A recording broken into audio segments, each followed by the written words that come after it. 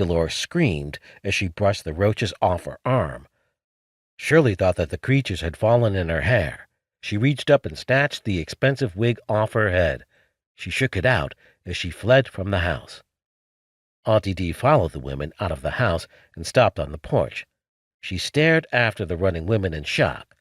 "Why, I never," she began, then shook her head. She turned and glanced at her sister, who stood in the doorway holding the envelope that Shirley had dropped. "Can you believe grown women could act like that at the sight of a few roaches?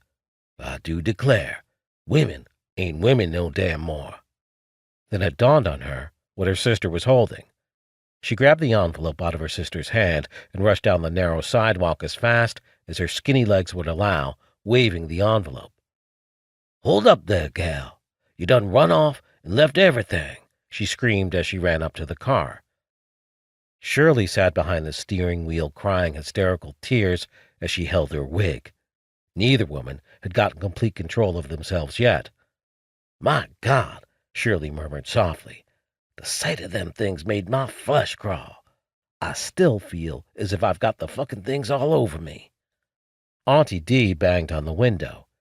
"Here, child, you done run out and left the figures. I don't know what got into you girls acting like that." For a minute, Dolores just stared at the woman, peering in at them. She couldn't quite understand what Auntie Dee was saying. It was more her nerves than anything else that caused laughter to build up inside her. It was like a relief valve, releasing the tension that had built up inside. Dolores laughed so hard that tears ran down her cheeks, while Auntie Dee stood outside the car, banging on the window, waving the policy slips wildly. Shirley knew she should do something, but for the moment her brain locked on her. She couldn't get her thoughts together. The wild laughing of Dolores didn't help matters either. She started the motor so that she could let the window down and receive the package that Auntie Dee kept waving so crazily. The sound of the motor starting put Auntie Dee in a frenzy. "Just a minute," Shirley yelled as she let the window down. None of the women had noticed the police car that had pulled up beside them. They were all too occupied to pay any attention to what was going on outside.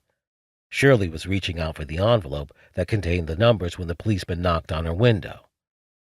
As Shirley glanced over her shoulder and saw the policeman knocking, the first thing that crossed her mind was that she was busted. There was no doubt about it. The policeman had heard Auntie Dee screaming about the numbers inside the envelope. One quick glance at the policeman brought Dolores back to reality.